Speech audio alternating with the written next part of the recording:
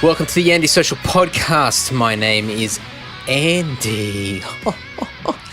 Who would have thought? Anyway, a big welcome back to everybody that is a loyal listener of the podcast that's been listening for the past year or so.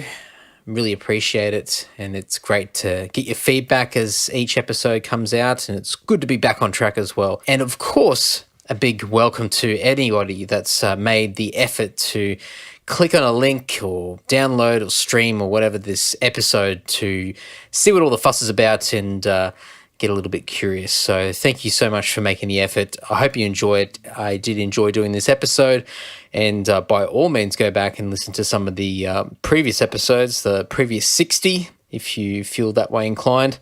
And there's lots of weird and wonderful people that I've had on previously. I shouldn't call people weird, but I guess some of them are weird. But then again, so am I. Anyway, I'm going off on a tangent.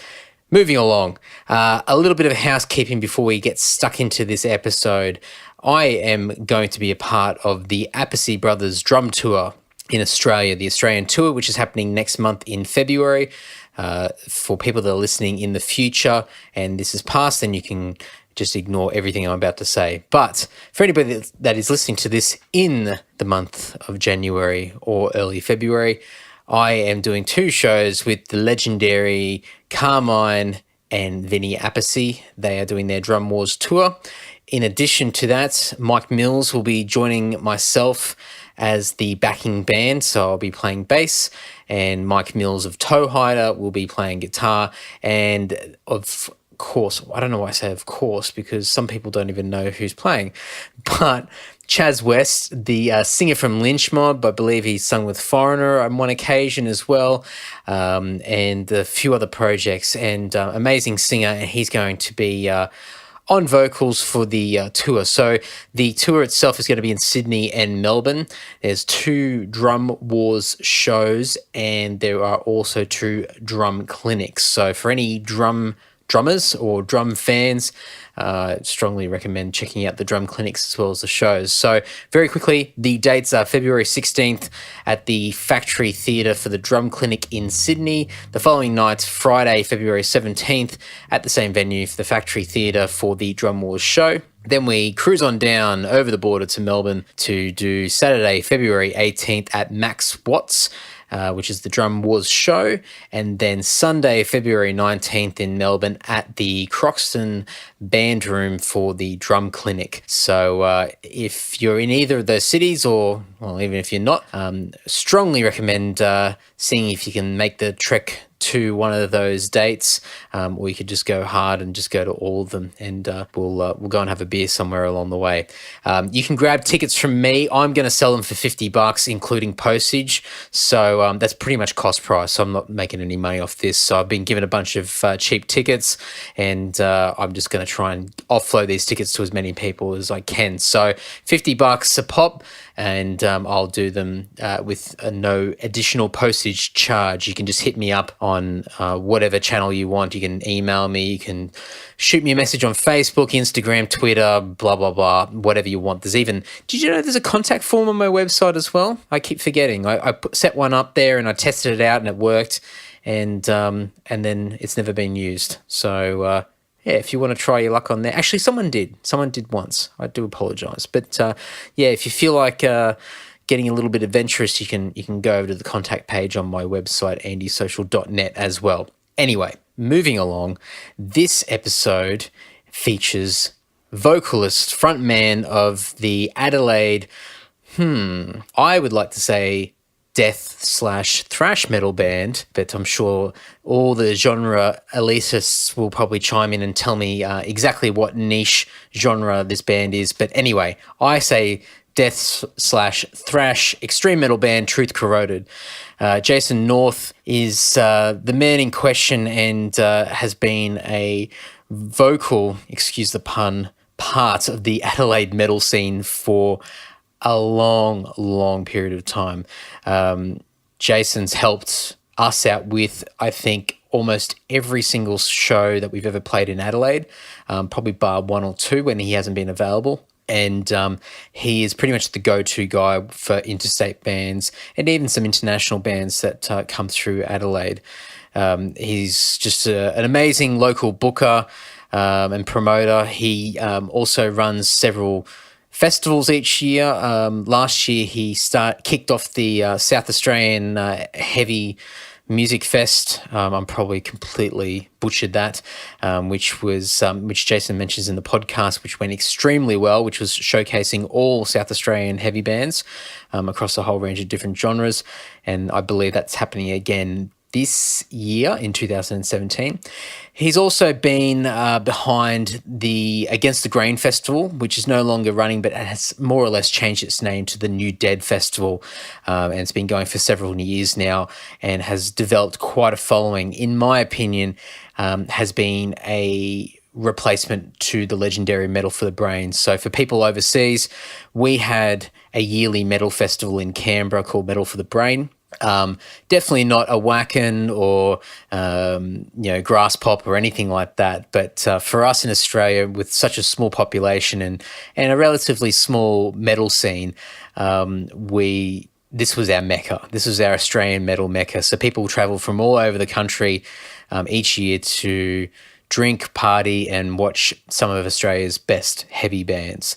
And that, for various reasons, had stopped, or probably 10 years ago now. And there's been a number of attempts to try and revive different versions of that festival, but Jason has made a lot of strides over the years to build something in Adelaide and make Adelaide a destination for heavy music fans. So each year now it's got to the point, and Jason mentions this in the podcast, where the New Dead is a festival that a large percentage of interstate fans will travel to. So it's a really, really cool thing that he's doing, and he has a lot of respect within the Australian metal scene and probably across the Australian heavy scene in general, with heavy music, without sort of niching any genres there. I've known Jason for quite a few years, obviously through the Lord stuff, booking shows for us, but Lord and Truth Corroded have played a number of shows together over the years, whether it be in Adelaide or interstate at different little metal fests and shows and whatnot. But we've also toured internationally. We did our first Lord tour in Japan in 2009 with Truth Corroded playing with us as well. We hadn't actually...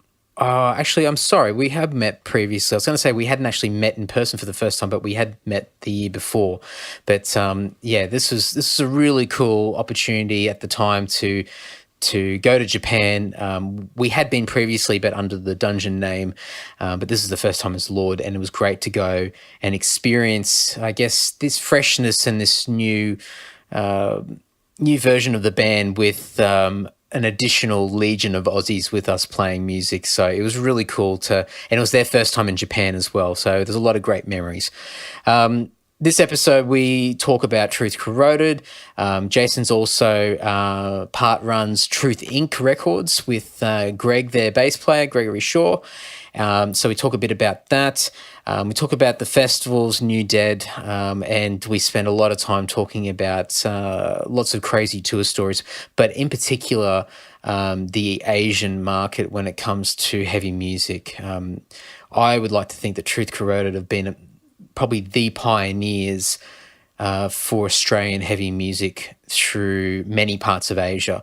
They've been doing it a lot longer than majority of the other bands in the scene, and I think they've carved a path for many other bands to follow, including us as well. So there's a lot of respect for what they've done, and at times I think they've really sort of taken a lot of risks and a lot of DIY, and as Jason mentions, there's been instances where they've rocked up to venues and there's been all sorts of weird and wonderful surprises. So I'll let Jason go through all that. But a really cool episode. It was great to talk to Jason. I've been meaning to catch up with him for a while to do this podcast, and it was good to finally make it happen, and I really hope you enjoy it. If you want to check out Truth Corroded, go to truthcorroded.com. They've also got a band Bandcamp page as well, which I can never get those URLs correct, but it's something like truthcorroded.bandcamp.com, something maybe. But you can check out all the links in the show notes at andysocial.net.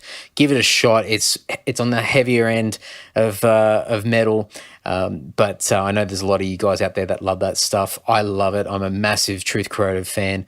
I'm always fanboying about the new album whenever it comes out each year, and it's really, really cool. So anyway, enough rambling. Thanks so much for hanging in there and being so patient. And if you did fast forward, then that's okay. I'll forgive you. But enjoy this chat with Jason North. Cheers, guys. Well, I guess first of all, was it thumbs up or thumbs down for 2016? It's always a thumbs up for me, man. I always enjoy myself. So, you always got to enjoy the good things and not worry about the bad things. That's my take on things. So you're a bit of an optimist. Yeah, most of the time. Sometimes I can be a bit of a pessimist, but yeah, you always got to look at the better things in life. I'm still alive, so that's the main thing. Well, I guess when it all boils down to it, yeah, definitely. Yeah. Was there any highlights at all? I don't know. I guess going overseas again was good, even if it was only a quick visit. We always have a good time when we go away. I know I went away with the Deftones, and one of my favourite bands, and they're always good guys and look after me and Cass, so we had a good time with them. And getting the new album done, sort of finished, was good. Still working on it now, but that was a good highlight. So yeah, a few things. We weren't as busy band-wise, but yeah, lots of other stuff happening behind the scenes as usual. So that was a busy year. Good. Busy year indeed. So you went over. Where'd you go? Asia at the end of the year? Yeah, we just did 3 shows. We did like a show in Hong Kong, like a headline show in Hong Kong, and then played a festival called Hearttown or Heartown. We're not too sure what the right pronunciation on that one was, but yeah, that was like in a city called Taichung, which is just outside of Taipei. And it was a few thousand people there, but unfortunately it rained all day, but the festival itself was great. We got looked after and got a few friends in Taiwan and made some new ones, as you do when you play those sort of places. And then, just another headline show in the city down the bottom of Taipei called Kaohsiung, where no one really plays. And one of those shows when you're playing, you don't really know what to expect. So, no one really plays there, but it's a very quiet city, a huge city, but just really quiet for an Asian city. And went really good actually. Like, sold all our merch there, and the crowd got into it, and probably head back there again. It's always good, when you place you've never been to, and you kind of do really well, and you feel like you can go back there and play again, which is always good. Yeah, definitely. And actually, while you mentioned Taiwan before,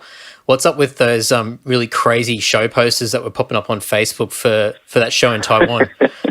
I saw one with a monkey, and there was some random dude bent over and beers in the background. Yeah, that was awesome. We actually met the guy that did those posters, so yeah, it was pretty cool. We're like going, "What's the deal with this?" And he explained each shot to us. There was like a shot of a couple of monkeys who looked like they were rutting in the photo to us, but there's like a mountain in that city it's called Monkey Mountain, and you go up there and it's where all the monkeys live. So that was the reasoning for that. The beer was there's Taiwan, their national beer is called Taiwan beer, but in that city they have a special sort of beer called 18 Days, and it's like the fresh beer, and after 18 days they got to get rid of it, so it's like the freshest beer you can get there, and it's actually really nice. So that was the reason for that. And then the guy behind us was actually, he put himself behind us because he's the guy doing the Photoshop. So, so we actually reenacted that photo after the gig. Like, we've got to redo this photo. So I've got that sitting somewhere on my hard drive. We have recreated that photo for him. I think a few local promoters in Australia probably need to take a note out of his book, because they certainly got everyone talking, even people that weren't even in the country. Yeah, that's it. Yeah, because we were just like, what's with the monkeys? And the other one was like some monument which is called Tiger and Dragon Tower, which we ended up going to. So, but that was the other one. So it was quite strange at first. But once we met the guy, we worked it all out. We're like, oh, that's cool. And he's like, oh, I hope you're okay with that. We're like, no, it was awesome. We like the different sort of angle you took, because it's better than the usual.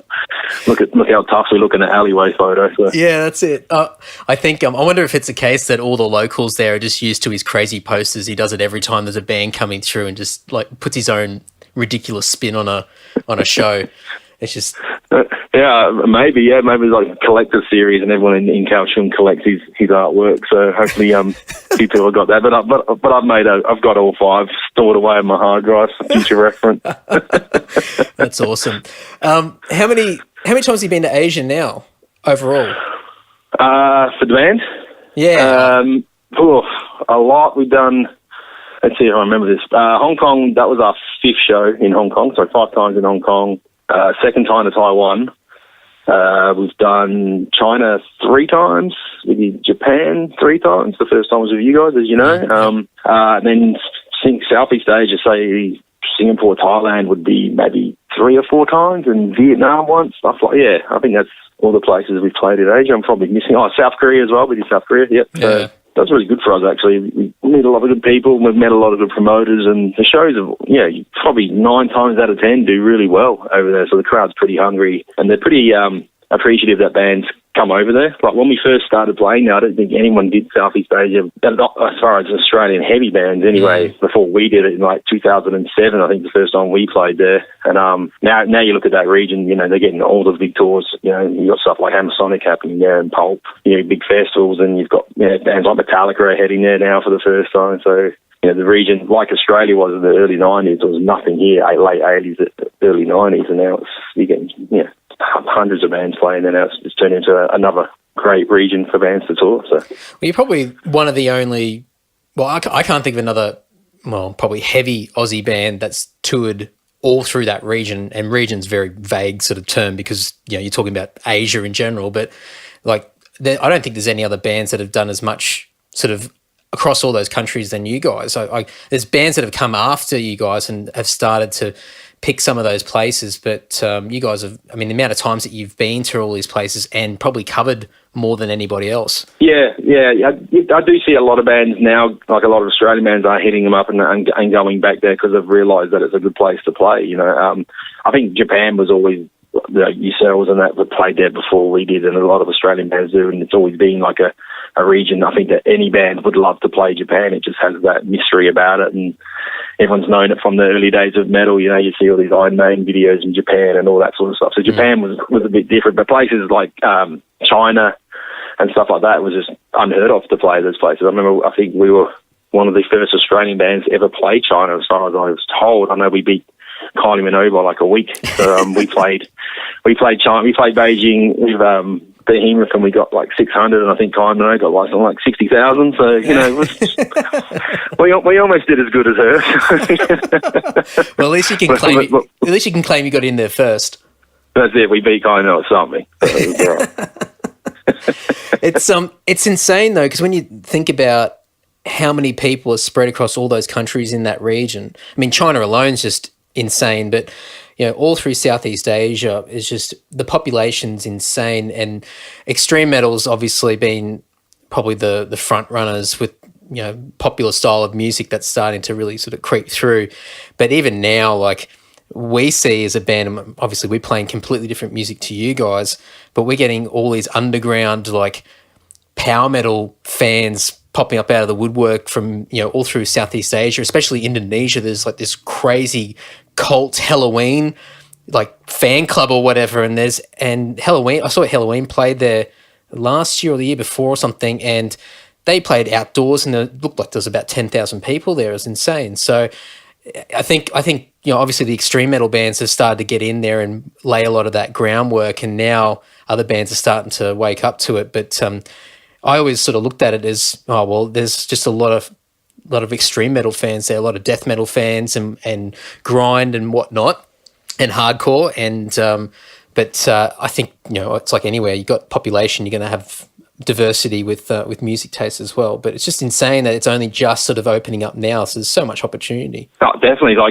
We saw, you always hear that the slam death metal and the deathcore stuff is what's huge. Like in a place like Indonesia, you see the crowds that they get for their local festivals is like 20 to 30,000 people, which is awesome. But as much as people love that sort of music, there's always going to be other people that like your thrash metals or your power metals, and you've got bands. I think everyone likes stuff like Maiden and Priest and bands like that, so they're going to be huge. So I think it's just a huge market that was pretty much untapped for a long time. And now, not just Australian bands, but bands worldwide have fully cottoned onto that. It's just proof, like the festivals like Hammersonic now, when they're getting headliners like Megadeth and all those bands playing, and Slayer and all those bands are playing those regions. It's just a testament to the fan base that the Asian region and especially the Southeast Asian region has for metal. Yeah, and I think there's been a lot of probably myths over the years about what to expect if you go over there and play. And I think you guys probably experienced a lot of it firsthand. We only got a taste of it when we played probably in Malaysia years ago, but we played in Japan so many times over the years, and you go to Japan as when we played with you guys, and everything's like pro equipment, pro venue, tiny venue, but you've got a stage set up that's like 1,000 capacity room when you're playing in like 150 to 200 capacity room. You've got stage hands, you've got everybody there's running sheets, everything is completely streamlined and everyone's communicating and there's just no surprises whatsoever. Well, then for us on the polar opposite ends, we go to Malaysia and you don't even know if there's going to be gear there. You rock up and there's no PA set up. The promoter doesn't even rock up sometimes. Then you find out that, they've changed the door charge or there's no door charge now, or it's almost like a wild card, and it's just this element of surprise and you don't know what to expect when you rock up to some of these places. And I assume like for you going through China and through parts of Southeast Asia and whatnot, you would have seen a lot of those scenarios initially where you sort of went, oh God, what the hell have we walked into? Oh, definitely.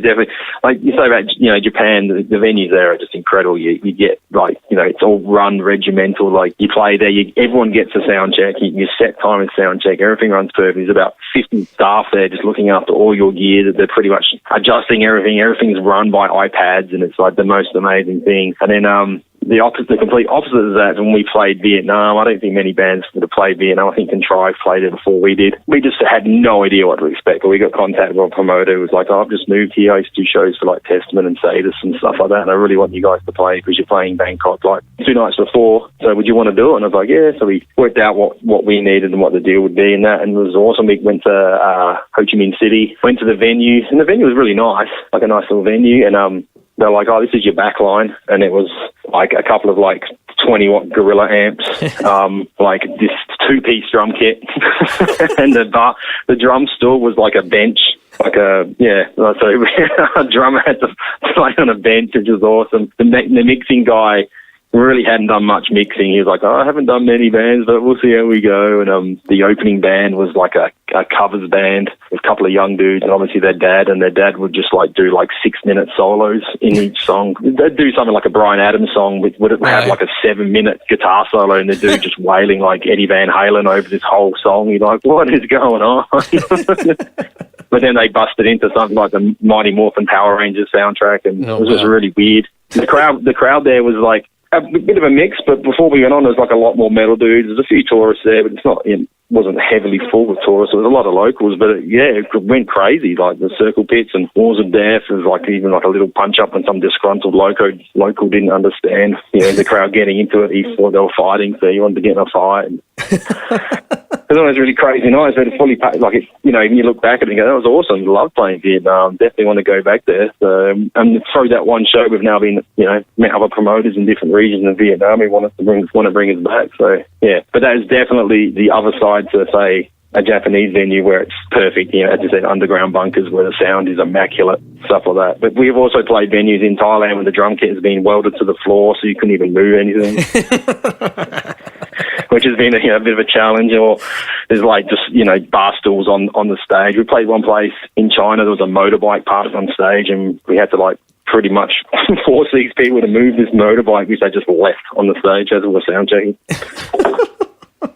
Which is always exciting. It's pretty amazing because you just, as you said, like you can rock up to a venue and it's just any number of things that are not there or could go wrong or have gone wrong straight away. But 9 times out of 10, once you're up there and you're playing with a 2-piece drum kit or God knows what sort of amps, or if there's any amps at all or whatnot, usually most of the time it ends up being a good show because you've just got the energy of the crowd there. Even if you sound like shit on stage, it usually gets you over the line in the end. Yeah, pretty much. It's either like those shows that start off a disaster end up being pretty good, all good. You're enjoying because you're not expecting much. Like your expectations get lowered so much and bad stuff happens. So you're like, oh, whatever. But in the end, they turn out crazy. We played a show in Guangzhou in China the first time we went there. And, the population's like 16 million in that city, and we're like, oh, who knows? The promoter's like, oh, there might not be many people. We went there for sound check, and it was just full of like people dressed in like, you know,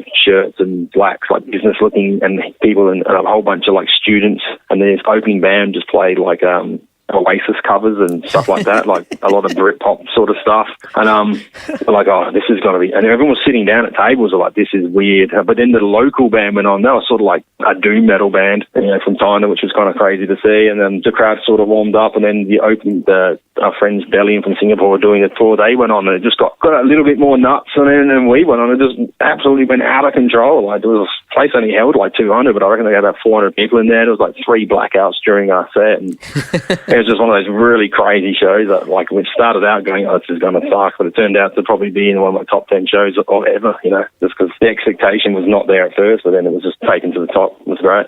Did you have any experiences with, trying to think of the right word, I was going to say dodgy, but like shady promoters or anybody like venue managers or anyone like along the way in any of the countries? No, we've been pretty lucky that way. We've usually dealt with people we've got to know before we've been over there. There's been a couple of small incidents, just we've learned for years of doing it, just when you book shows, you just let them know what you're sort of looking for. Yeah, for years of doing it, we've got to know pretty much what we think are the right people to know in each region, so we kind of just work with them. Bit of trial and error over the years to get you to a point where you are now. Yeah, definitely. You know, the more shows we do, especially when you play like the bigger shows, the promoters look after you great over there. Actually, like, it's different. You know, if you're playing, say, a support in Australia, you get nothing from the venue, but if you're supporting a band over there, like a bigger band, you still get looked after just as well as the bigger band. It's crazy. There seems to be a bit more respect just for every band in general. Doesn't matter where you're on the bill. In Asia, you seem to get looked after really well. Do you need to take a different approach with, like, I mean, you guys have played Europe and done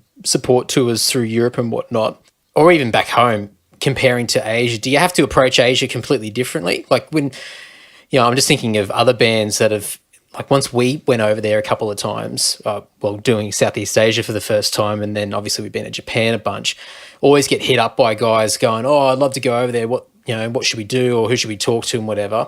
But I always kind of look at it. I mean, Japan's different in itself. It's just I wouldn't even class it as anything similar to anywhere else in Asia, but I always get the feeling that you really need to approach booking in that region completely different to as you would, you know, in the Western world or back home or whatnot. Yeah, definitely. Yeah, because when we go to Asia, I guess we're like doing the majority of the shows we play are headlining shows, unless we're trying to get on a festival or supporting a band that is more known than us or a bigger band than us. So, but Greg, who's based out of Truth Corroded and runs Truth Inc. He does a lot of the booking stuff. So, but we definitely, you know, as you're approaching as a headline band, you kind of make sure you're trying to get a bit more out of it. The Australian shows, you can only get so much, you know. I mean, you're not going to go, oh, we want all this as a rider, we want to be staying in hotels and all that sort of stuff. So when you're traveling overseas, you kind of look for that sort of stuff, especially if you're the headlining band. You're like, well, you know, we need to make sure there's transport from the airport, and, you know, we've got to make sure there's some sort of accommodation and all that sort, and the backline's looked after, because, you know, we can't bring a whole backline with us because it just costs us a ridiculous amount of money. So it's just working out those things for promoters, make sure the backline's there and all that sort of stuff, really. So I guess with some of the smaller bands, they probably... Oh, we've also done it as well years and years ago. You just rock up somewhere and assume that everyone would know what they're talking about, and know what the bare minimum of expectation is, and get not pleasantly, but you get extremely shocked and agitated when you find out there's just nothing there, or, you know, things that you would think would be expected, such as gear, like equipment, amplifiers and whatnot, are just not there. So it's, for me anyway, just looking at it, I would assume that you probably just have to spell things out. But you should be doing that anyway, no matter where you play. Yeah, pretty much. Yeah, you should always, before you get to a venue, you should pretty much know what you're getting, because if you don't, you're going to turn up and then you can end up with a drum kit welded to the floor, I guess, like we did. or a bench for a drum stool. Yeah, that's it. Yeah. It always seems our drummer gets the worst end of the stick, though. That's all right. He deserves it by the looks of it. Yeah, he deserves everything he gets. He cops it.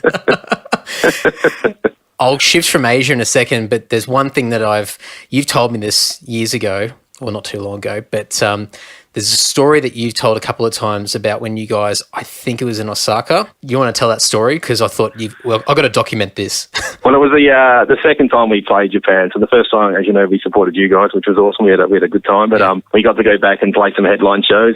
The second time, And the first show was in Osaka, and we thought, let's just get there, a few days early, just so, you fly in Japan, you want to see as much of that place as possible, so we thought we'd fly in pretty early. We landed in Osaka, I think it was about maybe 7 o'clock at night, I think it was. So by the time we got our gear, and we met the local promoter who met us on the train with, I think it was like half a slab of Asahi or something. So, the night already started out. So we started drinking on the train, as you do. And then, went to our little one-bedroom little hotel things. I think you actually ended up staying in the same place we did when you went back there or something, I think. Yeah.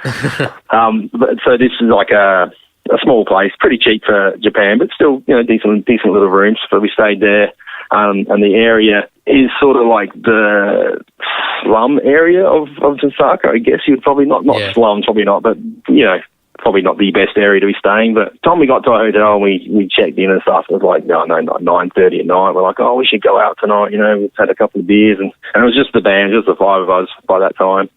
So we went looking for somewhere to eat, and across from us was like sort of like a big market area, which was just all shutting down. It's a few restaurants. So we went into one of these restaurants and just ordered some food, and guitarist at the time ordered some chicken penis. So we started eating this chicken penis, so just trying it out as you do in Japan. We had a few beers and we're just looking for something else, and that place was closing. I think it was about 10:30. So I was wandering around this area just looking for something to do, and we found this bar just down this road. So we went into this bar, and it looked like a really nice place. It was a really good place, and there's this Japanese, they're all like wearing the traditional kimonos and stuff, and there's a guy at the bar who sort of looked a bit like George Costanza from Seinfeld. And then we were in there, so we sat down with a drink, and the guy came out. He's like, oh, hello, welcome to my bar. Like, you guys want some beers? We're like, yeah, give us some beers. So we just started drinking, and then he comes out and goes, oh, you guys want to order some sushi? We're like, we kind of just ate. You're like, no, I have the best sushi in Japan. We're like, oh, okay, I'm pretty sure everyone says that, but okay.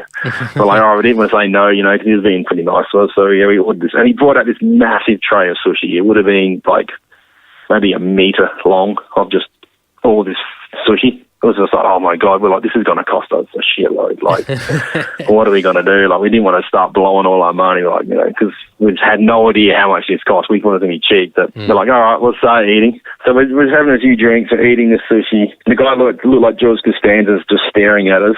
And our best mate, our bandmate Tristan, who passed away, so R.I.P. Trizzy, he was with us, and Trizzy was like, oh, look at that dude, man, looks like George Costanza. And I'm like, yeah. So Trizzy just starts doing a few George Costanza things at this dude, and the dude's just like laughing at us, like, ah, and he turns around and goes, oh, you eat this, and gives us a big jar of like, I don't know, pickled squid or something. He's like, you must eat this. So like, okay, as you do, you got to eat what the locals give you. So we started eating this tentacle stuff.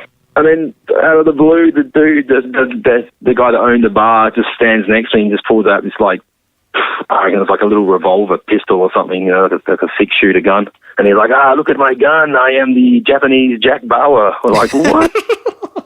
And he's got this gun like right between my head and Tristan's head. And he's like going, yeah, and he's like pulling the trigger. And we didn't think there's any bullets in him. He's like, I am Jack Bauer. And he's like firing off this gun into the air, like, being Jack Bauer. We're just like, we have got to get out of here, man. Like, this is just, who knows how much this sushi's cost. The guy's got a gun. He's like pretty much pulling the trigger at us, like, we have got to get out of here. He starts like putting bullets in the gun. We're like, oh shit, like, and then it's time to leave. So we just go, oh look, can we just get the bill? We're going to leave. He goes, no, you must stay for more drinks and finish your food. Like, no, we're just going to go. And so he gives us the bill, and literally it was about $10 Australian each. So we were like, stuff it, let's stay, let's keep drinking, as you do. there's logic for you. Yeah, it's like, the gun, who cares? It's cheap drinks and food, let's stay.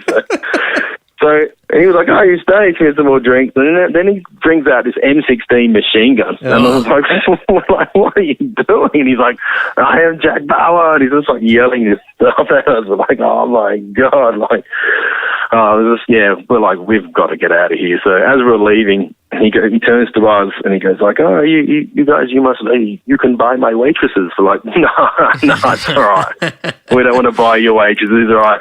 And then he turned around to Jonesy, and you remember Jonesy, right? Yeah, Mr. Jonesy. yeah. He turns around to Jonesy, and goes, "You must buy my waiter," to Jonesy, and we're like, "Yeah." He picked him straight away. Yeah, totally. Like, out of the blue, he knew Jonesy was the one. So we paid the guy and we walked out of that place just going, what happened in there? And that was all in the space for probably about 40 minutes. That's incredible. So by that time it was about 11:30 and we just found another bar and it just kind of got more and more out of hand, like louder and louder, and we got kicked out of a couple of bars and we ended up rolling in the hedges of Osaka, wrestling each other and all sorts of stuff. So, it's one of those typical Japanese stories that, and that was like that very first night. And it happened in the space of about 3 hours. That's amazing. It's like, welcome back to Japan. Yeah. It's always a good time in that place, Yeah. It's a good place to let your hair down, especially with the locals. When the locals are partying, as you know, they're great to party with. Oh, yeah. They're out of control. So We've had some of the best nights ever there, especially when I haven't really noticed it where we played elsewhere in Asia, but in Japan, they'll always have the shows really early and then go and have dinner afterwards. So you'd be, by 10 o'clock or 10:30, you're already at a restaurant sinking beers and having this massive after party. And every night it was the same thing. I mean, we did that the first time in Japan. It was just crazy. But these guys, I mean, within 2 drinks, red in the face, and they start like dancing all over the place or trying to do handstands. And actually, there's one where I don't remember what city it was. I've still got video. I think there's some video floating around on YouTube. And there's one guy, and it was his birthday, and he got a toothpick and stabbed it into his forehead and then lit the end of the toothpick on fire so he was a birthday cake and everyone sung happy birthday. And it's just looking around going, oh, really? Okay, no worries. Well, I better film this one. But that place in Osaka where you guys stayed, and we stayed a couple of times, it's like, as you said, like, and probably not the right word, slum area, but it is like a dodgy area. And I remember, I remember friends in Japan were saying, "Oh, yeah, you got to be really careful. Yeah, it's not a nice area, whatnot." But if you compared that to a ship area in, say, Adelaide or Sydney or Melbourne or whatever, it'd be nothing. There's no comparison whatsoever. You can still walk down the streets. There's hardly any graffiti around, if anything at all. There's very little sort of dodgy activity, at least out in the streets anyway, that's sort of visible. You see a few sort of, I guess, derelicts walking around and whatnot. But overall, I mean, it's just like anywhere else in the city. It's just not as many people. And I guess that's probably what can potentially make it dangerous, because it's a bit quieter. But I remember walking past one tiny little bar, a couple of little streets over from the hotel, and it was on the main drag, and they had a little curtain hanging down over the entrance. So sort of like you had to move the curtain to walk into the bar itself. It was a little tiny bar. And I remember I kept walking past there going, oh, that looks so cool. We should go in there sometime. But it was so tiny, it just looked like a locals bar. Like you couldn't rock up with 5 or 6 big long-haired Caucasian guys and start asking for beers, because you know that they're not going to be impressed. One day I walked past and the curtains were open, and I looked in, and Japanese people don't scare me. I'd never felt intimidated, but that one time I looked in there, and the guys in there, a couple of them looked over and looked straight at me, and I was by myself, and I went, fuck that. And I just kept walking, and all I thought was, this is Yakuza territory for sure. Like, this is not a place to be hanging out by myself, especially when I stand out with this long blonde hair and Caucasian features. Yeah. Well, that thing in there, also, I've got to mention in the story of the machine gun, the George Costanza guy, when he was sharing a drink, took off his kimono, and he was like full Yakuza head to toe tattoos. So we're like, okay, George Costanza's in the Yakuza. And we're there like laughing at the guy. We're like, yeah, we're pretty much going to die. Yeah, he's just like, you laugh here, check this out. Yeah, your laughs quickly turn to tears. Yeah, that's right. Oh, that area is probably the only place in Japan where I've seen some pretty sort of shady people walking around. Even at the train station, I remember seeing a guy who just looked like a Japanese Yakuza/pimp, and he had this really, really young girl dressed in like this skimpy outfit, and he was holding her by the back of the neck at the train station. Just in the middle of the day, broad daylight, and there's people around him, business attire and whatever. And he was standing there and he looked wasted, and he had her by the back of her neck, and she sort of was keeping like the sort of poker face, just straight face. And he was looking at people, but he was sort of, when someone's really drunk and they're trying to make eye contact with somebody, someone who's a bit aggressive, he's just standing there holding this girl by the back of the neck and then just throwing his head around, trying to make eye contact with people, and I'm just sitting there by myself at the platform going, "Oh, just keep my head down, keep my head down." But it's just, it's so weird because anywhere else, no doubt there's just as dodgy or more dangerous places in every city in Japan, but I guess we've been lucky enough to be in that area. Shinjuku can be a bit like that in Tokyo, but. Yeah, definitely. Yeah, I know you weren't there. It was a different tour when we were staying in Shinjuku, and there was a guy, you've probably seen him before. There's a guy on all the posters in the Shinjuku area, and he's got a really seedy mustache and a bit of an afro, and he has two large poodles. And so he's in all these pictures, like there's an advertisement for a business, and then his little picture of himself is in the bottom corner. Then there'll be big posters of him on the corner of each little street. And then one day we were at the front of our hotel. I think it must have been the following year, because we came back we did the tour with Doro, and he came down the street in like a limousine, and he got out and a few people like panicked, and then they were trying to act all surprised and wanted to get a photo with him, and he sort of got up out of the car, turned around, then got back in and kept driving. And I remember going to Maru, who you'd know, and said, who was that? And he goes, he's first he said something like local celebrity, but then he said something like, scary man, Shinjuku scary man or something like that. And I just went, right. And then I looked around, I thought, so this is like the local Yakuza, like, local council, don't mess with him. He pretty much owns the majority of this area or whatever in Shinjuku. And it was just really, really weird. But then afterwards, when he drove away, Murray was like, "Oh, you're very lucky. You got to see him in person." I'm like, "Oh, yeah, okay, I guess so."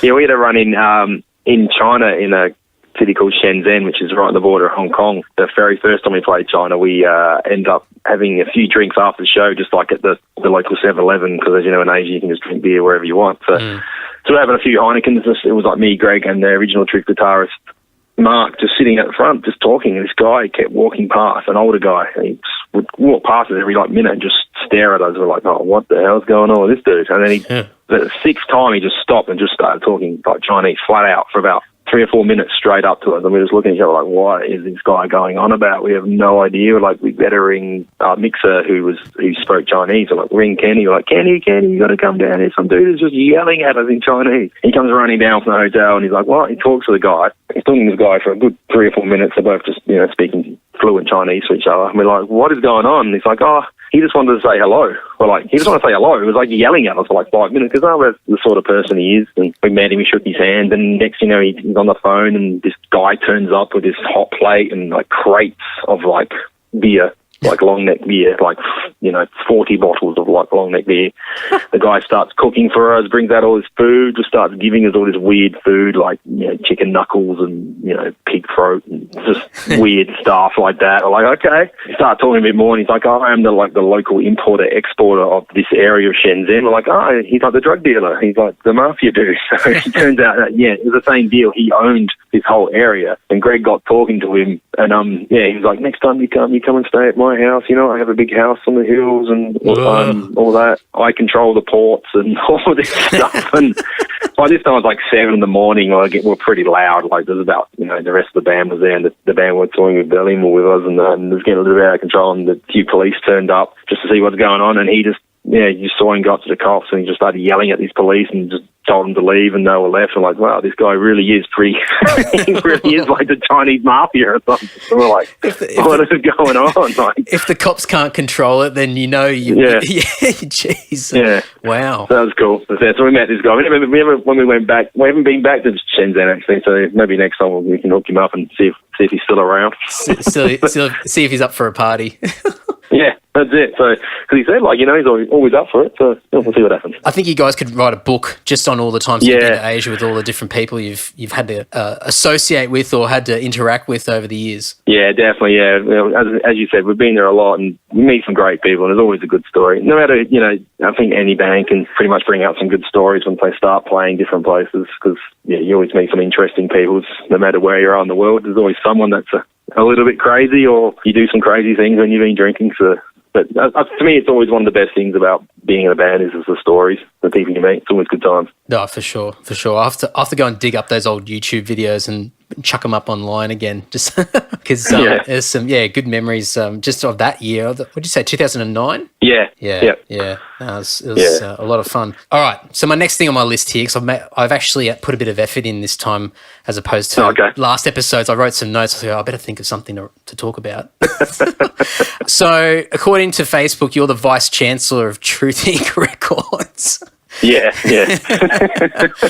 So, you mentioned before, Greg runs a lot of it. How's it all structured between the two of you? Are you both sort of co-running it, or is it more of a Greg thing, or what's the whole? Because obviously you guys have been. It appears that you guys have been a lot more active over the last couple of years. What's it sort of look like at the moment, as far as, I guess, comparing to other sort of independent record labels? Well, basically we started it. It was just a means to probably get our own releases out, and we started doing a couple of Adelaide stuff. But then, Greg started when we started working at a place like JB Hi-Fi, so we learned a lot more of the in and outs of the actual music industry, that side of sales and stuff. So we started working a bit closely with MGM, like Greg did, and it was just like, we're a very small independent label. We don't want to get too far ahead, so we don't really put too much stuff out. But we put out stuff like bands that we knew in Australia that we liked working with. So, but Greg definitely is more of the business side of Truth Inc. Records, like he's always has been, and he does a great job. While I would be more, as I said, the whatever I call it on my Facebook, Vice Chancellor, I guess. So,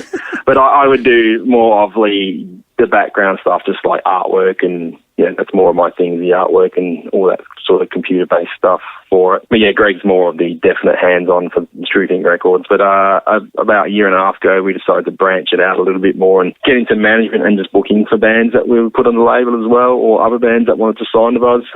And that was more of Greg's thing as well, but now Greg has moved on to working for EMG, which is international management group. So I've taken on more of the management stuff of a lot of the bands, because it's a bit of a conflict of interest with his other EMG, but Greg still runs the record label side while I handle the management, and then we both handle like the touring stuff. So, but me and Greg have known each other for an extremely long time, so we just work well together. We know what stuff's got to be done, so we just both do it. Greg's a lot better at some stuff than what I am, and I have more of the arty sort of skills for that stuff. So that's sort of where I handle it. Is it a financially viable sort of setup that you guys have got, or is it? Because I always sort of look, like for us, we create our own little record label, but it's more of I think what you guys started off as something to self-release and put a name against the band. And we sort of approached it as using it as a way to build our resources, build our connections and whatnot with different people and different bands and different industry people and whatnot. But is it? I mean, when you guys like manage bands and provide different services and whatnot to release, is it financially viable? I mean, I assume you guys aren't making shitloads of money, but is it something that's sort of from a financial point of view, something that's viable? Not really at the moment. Like a lot of the money just goes back into stuff. We don't really charge the bands excessive amounts like some management, but we as we're sort of more based in Australia and we do help bands getting into Asia, we're still filling it out for ourselves. We're not going to get charging exorbitant fees on bands to do this sort of stuff like what some management do. But as you said, we use it more as building a network, and through that network we can start offering bands more and more things, So it's at its base at the moment, but it's just adding blocks here and here as we work along to add to what we can offer bands, I think is what it is at the moment. So, and then money, there's all that stuff like you've got online stores, and you've got to have all these music streaming things right available, and you've got to pay for all that stuff once you start doing more than just your band. When you're doing like a lot of bands, you've got to foot the costs of those things. So, it's not free anymore. Like we say something like Bandcamp, you can run your own Bandcamp for free. But once you start adding, 10, 15 bands, you can't, you've got to start paying for that stuff. You can't just get it for free anymore. So it's just one thing that the money that we get from bands, from booking their shows and stuff like that, it just goes right back into it. It always has. Like even Truth Corroded and Unsure of the Lord, the money you get pretty much goes back into your next tour, your release or whatever, isn't it? we're not doing it for financial gain. It's doing it just for the love of the music, really. Oh, that's it. I think that, at least from our side, the focus is always to just do whatever you can to minimise the loss. So exactly. You pump the money back in, and if you're breaking even, then fantastic. That's the best scenario. But minimise the loss as much as possible, because if you, I just know so many people over the years that have gone into something and created a great band or a product, and expecting that they're going to be making a shitload of personal money split between the 4 guys in the band, and then 6 months later they break up because they realise that it just doesn't exist. It's not the case whatsoever. Yeah, you get to meet a few bands who really don't understand how it works, and they're like, oh, yeah, we want to be like the next Parkway Drive. You're like, you just don't get it. You just don't understand. It's not easy. People don't understand how much those guys work to get where they got. So it's like, you've got to put in a lot of losses to get one gain, really, especially being a heavy band in Australia. If you're doing it for music, I'd say doing it for money, I would probably say quit now, because you're not going to make any. Do you guys get hit up by a lot of bands? Yeah, we get a few. We get a few contacts. We just don't, as I said, we don't want to get too far ahead of ourselves, because at the moment it's just me and Greg, and we both have full-time jobs, and we're both in Troop Corroded, and then Greg has his extreme management stuff as well. So there's only so much you can do for so many bands, and it just would be unfair to them if we just say, yeah, we'll sign you, and it's just not who we are as people. We don't want to do that. So we do get approached a lot. At the moment, we kind of go whose music we like and stuff, on who, when you get to talk to them, if they've got the right sort of mindset to be with us, because, as I said, you meet plenty of people like, oh, we want to be like the next Parkway Drive in 3 months. You're like, well, you're not obviously realistic, so you're going to be hard to work with. I think it was you, and you posted something a while back where you got approached by somebody, I think from Indonesia or something like that some really crazy out there request of wanting to be on the label, or I could be completely wrong. I don't know if it was you, but do you get any crazy ones? We do. I'm not sure if that was me, but we do get some pretty funny stuff, especially from places like Indonesia and that region. And they probably send it out to hundreds and hundreds of labels, and it's just that we're just one of them that get the copy and paste entry, and you get sent videos of guys just playing acoustic versions of Testament songs and stuff like, sign me, I will be big, I will be like the next American Idol and stuff like that. It's great that these people are into it, but in the end it's like, that's funny, but yeah, we're definitely not going to sign you. No, absolutely. But then they turn out to be the next American Idol. We're like, oh God, we suck. That's right. You need to keep a Hall of Fame record of all those crazy ones that make contact. It must have been Dyson or something like that got an email through. I remember whoever it was. It was the email had come from somebody in Indonesia, and it was similar to what you said. They had a couple of really shonky looking YouTube videos where it was like some really bad playing with some crazy sort of effects over the video, some filters over the video or whatever. And it was just really, really poor, and he was sort of half singing, half deciding to stop singing, and it was really, really weird. So it might have been Dyson, but he would have loved that. That's probably just Dicey's usual email. So. That's right. Oh dear. So I see you as a bit of an Adelaide heavy metal celebrity, or a heavy metal or a heavy metal kingpin. You're the Yakuza figurehead in the Adelaide heavy music scene. I wouldn't say that. There's a few people that do some good stuff. Yeah, depends on who you talk to, I guess. So, I mean, you're born and bred in Adelaide?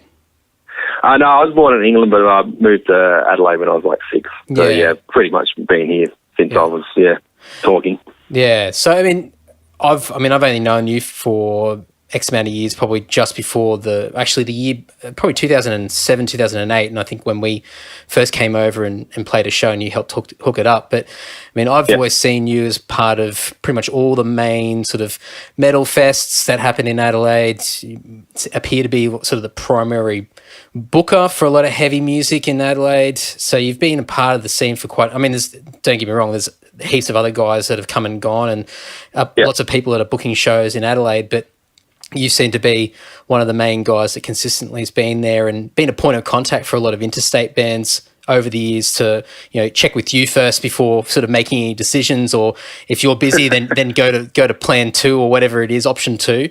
Yeah. I've always seen Adelaide as sort of this up and down place, but for years I always thought Adelaide was just an absolute dead zone where it wasn't even worth paying any money to get over there to play because you just weren't going to get a crowd. And when we first came over, and I think you put us on against the Grain, we were pleasantly surprised, and for quite a few years we did really well in Adelaide. But you mentioned the other day that Adelaide's a little bit dead at the moment. What do you reckon the status is at the moment? It's definitely, I think, it's definitely quietened down as far as attendance goes. There's a lot of bands in Adelaide, and there's not really many venues. So recently we've been branching out and booking shows in different venues, just trying to find somewhere else. Like you've got Enigma Bar, which is, it's pretty much the home of heavy music in Adelaide. But it's got to the point, it's like you just kind of want to branch out and play somewhere different. You just kind of, you feel like the punters are getting a little bit just sick of going to the same venue. So we've been trying to find somewhere new. We found a couple of places been working out, but just the crowds have been down. It's just, I think it's the thing is you do get a lot of internationals coming through now than you used to, but it's also, I don't know, I just see it like everyone's in a band and not really many people go out to see other bands. If they're in a band, if my band's not playing, I'm not going to go, and it's kind of a sad thing, but I'm probably guilty of it too nowadays, but I'm probably a lot older than these younger bands, but it's like, you can only go see so many gigs that you still got to go out there and support bands because you want them to support your band. So it should be a give and take sort of deal. And I think that's one of the problems here. And also, there doesn't seem to be many young people coming out to shows. They all seem to be getting into, I don't know, EDM or something like that, I guess, because metal never really attracted too many girls to shows. So these young guys will go where the girls are. So I kind of see that as a problem. We used to have a really strong all-ages scene here. You could do, licensed all-ages, and it was the one thing that Adelaide had above probably any other state. Is you could do licensed all-ages shows, and you'd get, 300 or 400 people there, and you'd get, 150 kids underage just loving it, but it just faded away really fast. The all-ages scene just died. When you had bands say I Killed the Prom Queen that going around when they were getting huge, that scene was massive, and it's always been pretty popular here, the metalcore stuff. But as far as metal, it just the kids just stopped getting into it. It was just really hard, and I guess you got so many international bands coming for the kids would just rather save their money and spend $80, $90 seeing a Trivium or something like that than as opposed to going to see a gig for $10.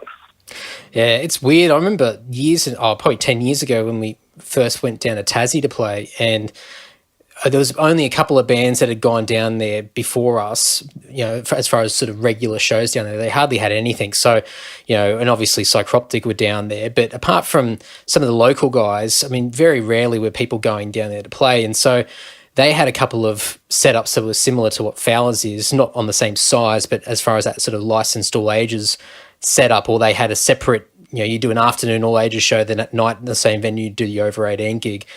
And for whatever reason, at that particular point in time, they'd tapped into the kids that were in the last 2 years of high school and getting ready to turn 18. And these guys are ready to party, and so they come out for the all ages shows and they try and sneak into the over 18 show. And for the next couple of years, you got that wave of kids, as that same group of kids that would come out because they were all still with the same circle of friends. They were, they were coming of age, and then when they hit 18, they were psyched. So they were psyched to come out, but then by the time they got to about 19 to 20, then they started fizzling out. Guys would move to the mainland, or the social circles would break up, just like anyone when you leave school.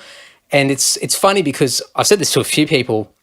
If you get lucky with that first wave of kids and they're coming through, it's really, you have to try and work out a way to almost pass that along to the next run that are coming through after them, like that next 2 years of kids that are going to be coming through. Because in Tassie, it happened. No one was there to sort of almost pass the torch, so to speak. And there was and the big thing down there is you had a band like Tabra, and they were in that social circle. So a lot of kids would be coming out to support them because they all went to school together. But as soon as Tabra sort of got into their 20s, then all those people went away. So, but you had no younger bands coming through that were bringing the kids out from the schools. So I assume there's probably similar in other places around the country, and same for Adelaide. When you don't have a lot of young bands that are still in high school, then it's hard to get hard to get kids out. Yeah, definitely. There's definitely a lack of newer bands coming through. You know, there's a little time there. You got stuff like Alkira and that were doing great now, but since then, there's not really a bunch of young. There's always new bands of older people in the bands and stuff. Old people that used to be in bands making, as you said, like young guys. A new band on the scene there isn't much of that in Australia, in Adelaide at the moment. You know, everyone knows the 19 or 22 year olds. They're the ones that are going to come out to see all the bands. They're the ones going to be down the front getting into the music, you know, but if they're not there, then it's getting a bit quiet here at the moment. But that being said, then you do you do some of the big events here and they go really well, like, you know, the New Deads and Black Conjuration and those sort of shows. They get really big crowds because I think I don't know, something about those events. It's like an all-day thing and everyone just come and hang out, and I guess that's what more people seem to look forward to, that sort of stuff, than the local shows.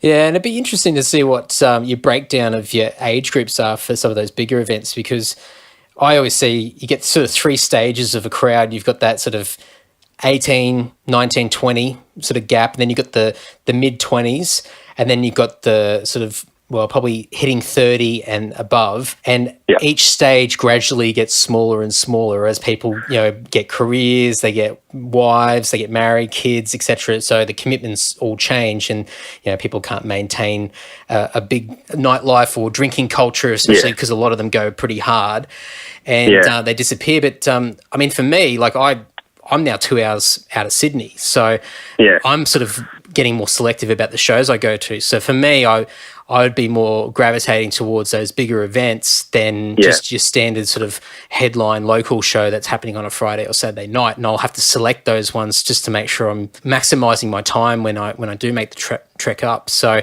I assume that, like the New Dead and what you had previously with Against the Grain, you'd probably find that, and I certainly saw it the years that we were there, where you did have that younger crowd, but a lot of them were sort of that sort of 30 to 40 or 30 to 50 definitely group.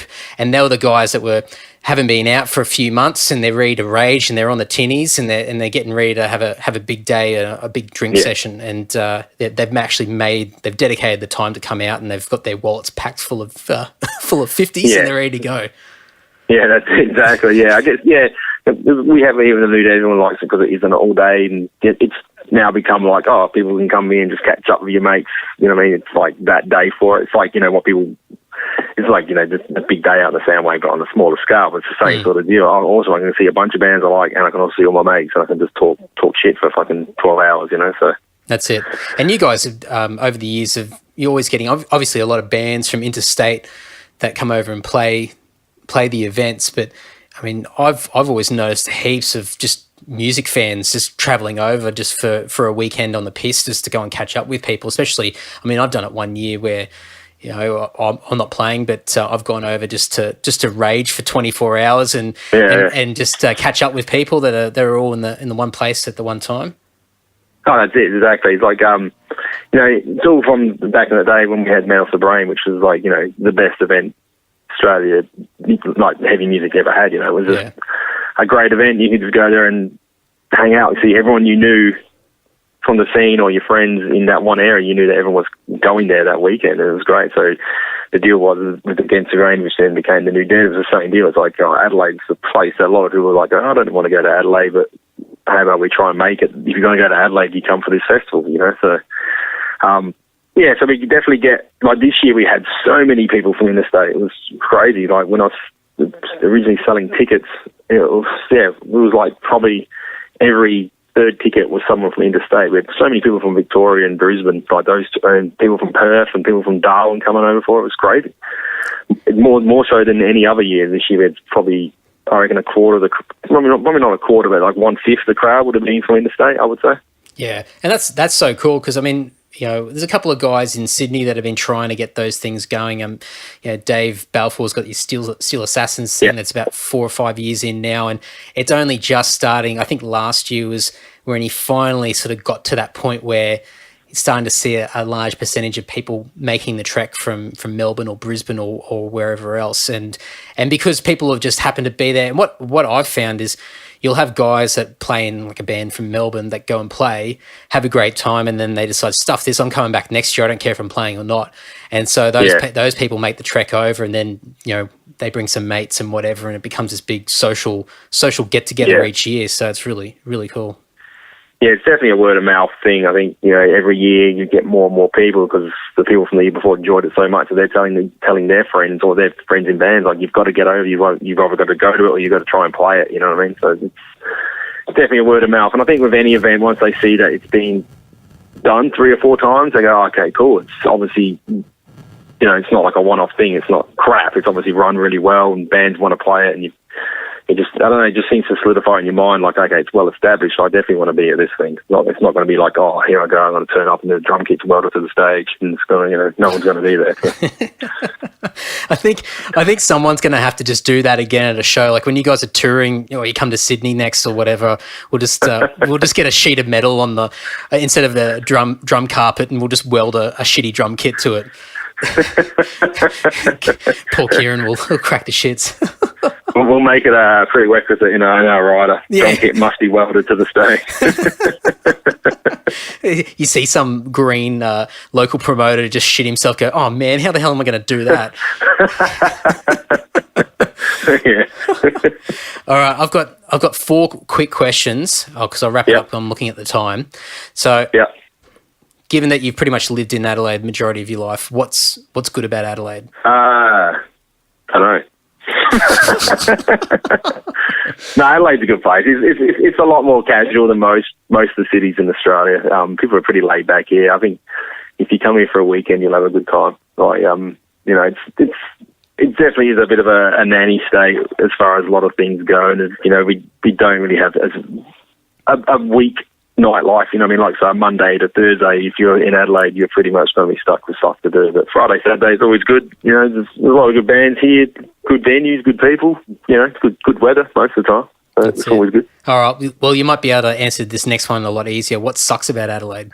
I think I said it. It's a bit of a nanny state. Like, it's, you can't. There's not much to do here. It's the problem. But as I said, it's a lot more open and you can get around a lot easier. You know, I like Sydney where it's congestion and, you know, you're stuck in traffic, whatever. So, you know, for that reason, it's good. You know, as I said, the people here are really good, and you know, I've enjoyed living here. But you know, I've got to see other cities around the world and go, wow, that's crazy. You know, a place like Hong Kong, you know, I've been in Chinese New Year, and there's like 3 million people on the street, and it's like, wow.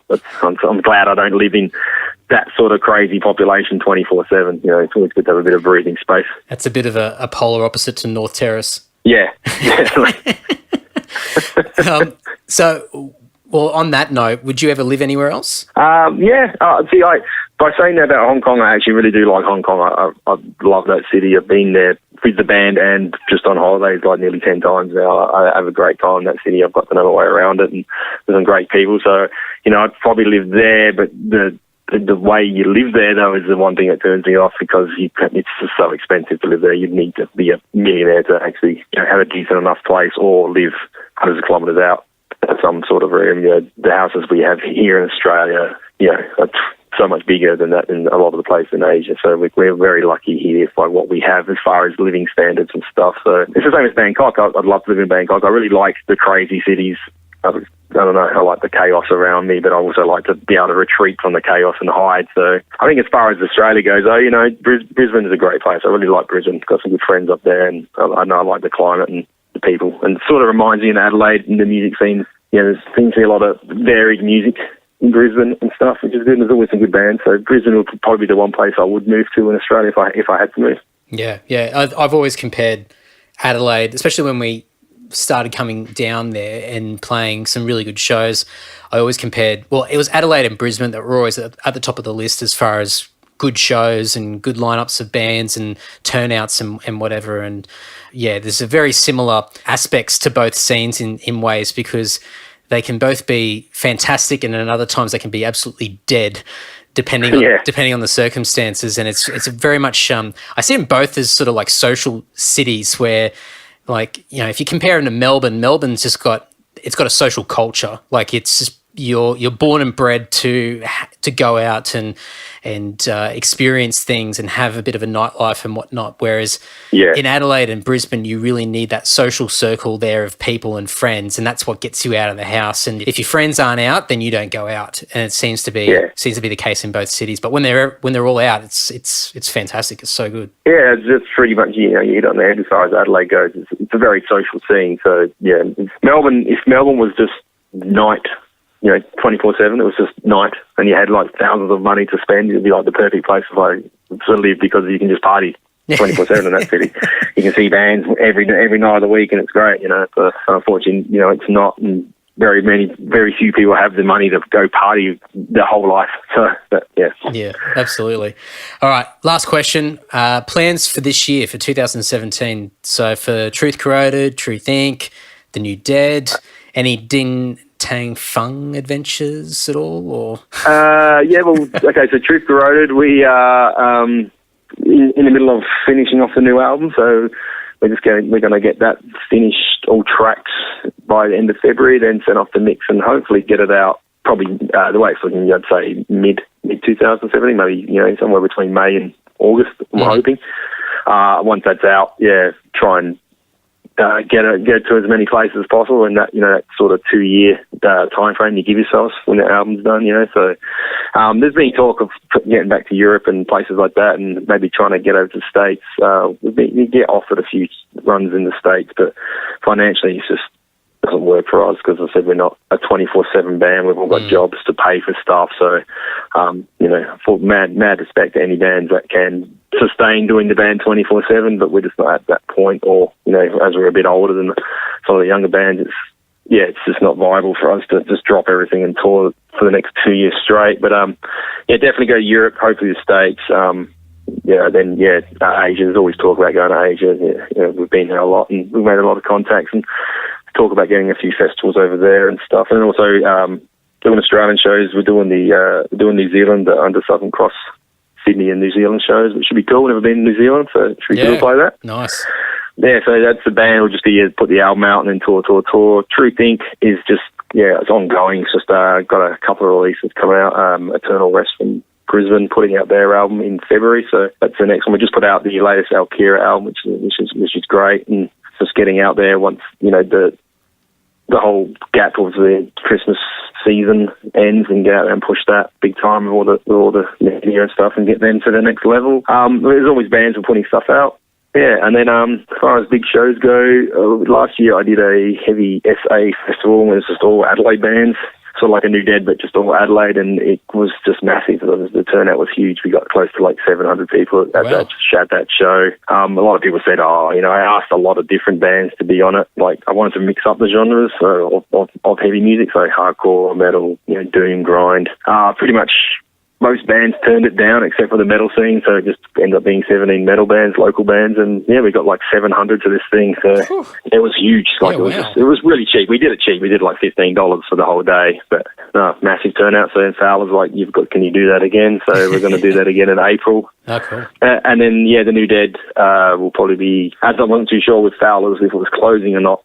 It was just left up in the air, but now Fowler's has been given a reprieve for the next 2 years, so the New Dead will happen again, but it won't be till probably like October, November, depending on who I can get. Friends, if we can land an international again, like we do go, that'd be great. But I'm always all for just doing Australian lineups, because that was the whole intention of the show, was just being all Australian stuff. So I think once the heavy essays, then I'll start looking at it and see what we can do. Well, I think from with Against the Grain previously, and then the New Dead, I mean, what you said before about Metal for the Brain being sort of that pinnacle of what Australian metal festivals were all about. I mean, probably when you start looking at what else is out there now, what you've done in Adelaide probably is second best after Metal for the Brain. I mean, there's a lot of guys that have come out of the woodwork over the last few years and have started putting on their own little things. But for the most part, I mean, you come from a more extreme metal side, but you've diversified your lineups a fair bit, and there's a lot more of the melodic stuff that's starting to pop up now. So you got all those melodic thrash,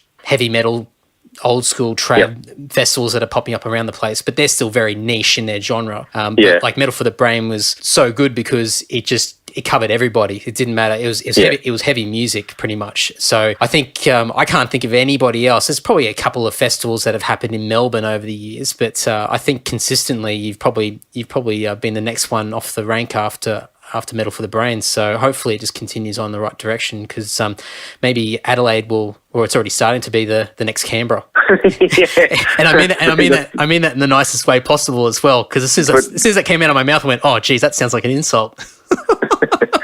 That was pretty much my intention, because I remember Metal Off the Brain is like, oh, we need to go to Canberra. The best reason to go to Canberra was Metal Off the Brain. So it's like, I'm hoping it's like, oh, the only reason to go to Adelaide maybe is to go to the Nude Ed. So, that's kind of the thinking there. So if you're going to come to that, when they do Black Conjuration as well, that's a great festival, which is a niche thing. So, that's another reason to come to Adelaide. So that was the thinking. If you're going to come here, you might as well come here for one of these events, and have a great time and see some great bands. And the whole reason of that festival, to my see, it's like making sure the people paying have a great show, enjoy the night, the bands playing have a great time, have a great show, but also make sure that all the bands, the later bands downstairs are looked after and everyone has a great time. So it's what I would want as my band, to make sure, as a fan and as a band, to be looked after the whole day. It's just great. So make sure everyone has a good time. Yeah, for sure. Oh, you've been doing a good job. So I'm looking forward to what you pull out of your pocket for later in the year for the next instalment, because you set the bar pretty high now. Oh, cheers, man. Thank you.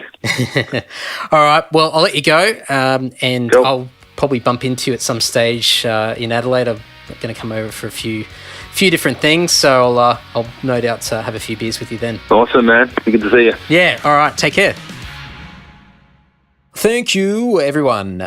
If you want to check out Jason's stuff, you can find him on all the social media platforms, more than likely.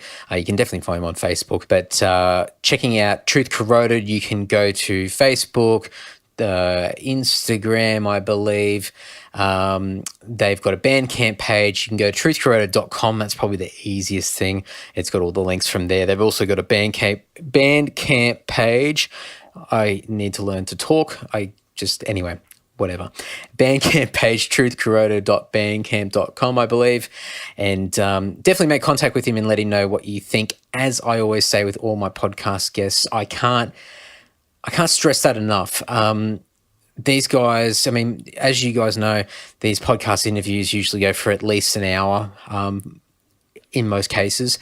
And, I'm sure most people love to have a chat and whatnot, but it does take some time, and most of these guys are pretty busy and they've got a lot on their plates. So for them to take the time to have a chat to me means a lot to me personally, and I know that a lot of you guys really, really love listening to these episodes as well. So if you do get a spare few minutes, definitely reach out to some of these guys, the ones that you really sort of felt resonated with you and you really enjoyed something that they said, or you looked into what they do a bit further and you end up becoming a fan of their music or their projects or anything that they're involved with.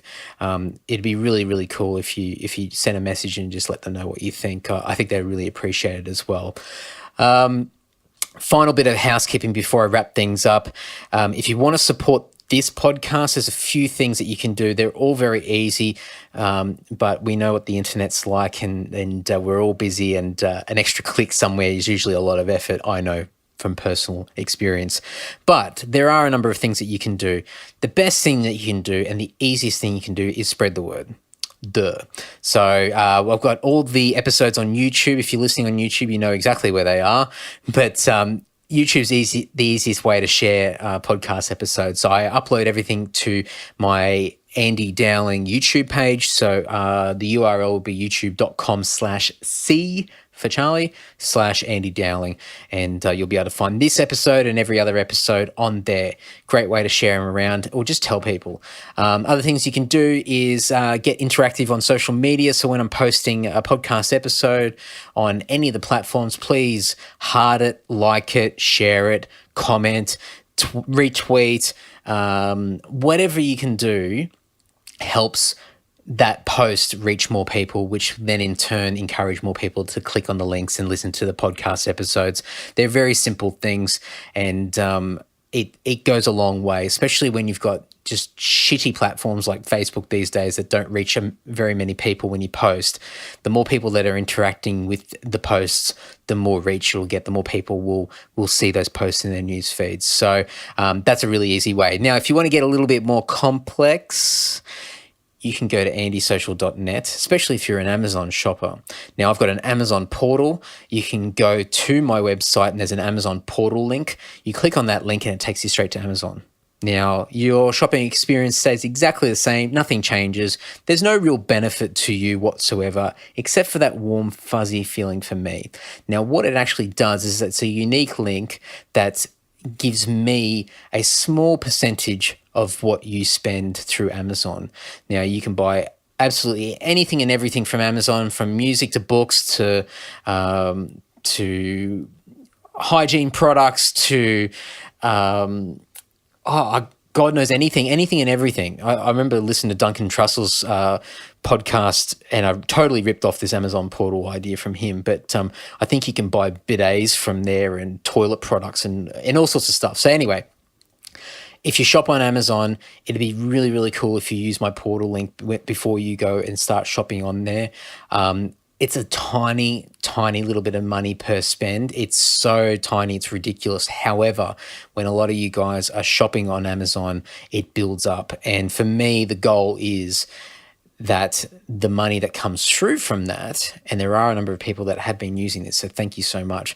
The money that is coming through from that does fund just the monthly expenses to run this podcast. So things such as the web host, the podcast hosting fees, even sometimes I might have to upgrade some cables or upgrade some gear. And then if things go really well, then I'll use that money to fund a bit of travel to get around and talk to more people, or find opportunities to get to places that people are lurking. That sounds very suspicious, but you know what I mean. So it's not so much for personal gain in the sense that I'm using the money to go and get pissed or, living a life of luxury. It's really just to ensure the longevity of this podcast. And for me, I get so much personal satisfaction out of this, and I really want to do everything I can to ensure that this is here long term. The more I talk to people, the more questions I ask, the more I learn, the more I grow. And I hope that you guys are getting a little bit out of it as well each and every episode. So that's enough. If you want to follow me on all the platforms, I'm on Twitter, Instagram, Facebook, God knows whatever else, Tumblr. I've even got a ridiculous Tumblr account that I never log into, but it's synced up with other things. Anyway, I'm everywhere and anywhere. You can contact me. Always happy for a chat. Always looking for suggestions for people. I'm really looking for all sorts of people from all walks of life. So if you've got a really random person with an interesting story or profession or anything, please message me and let me know. I'm always keen to hear. And that's about it. I'm going to stop talking now because I can see myself rambling on and on and on. Oh, and one last thing. Sorry, guys.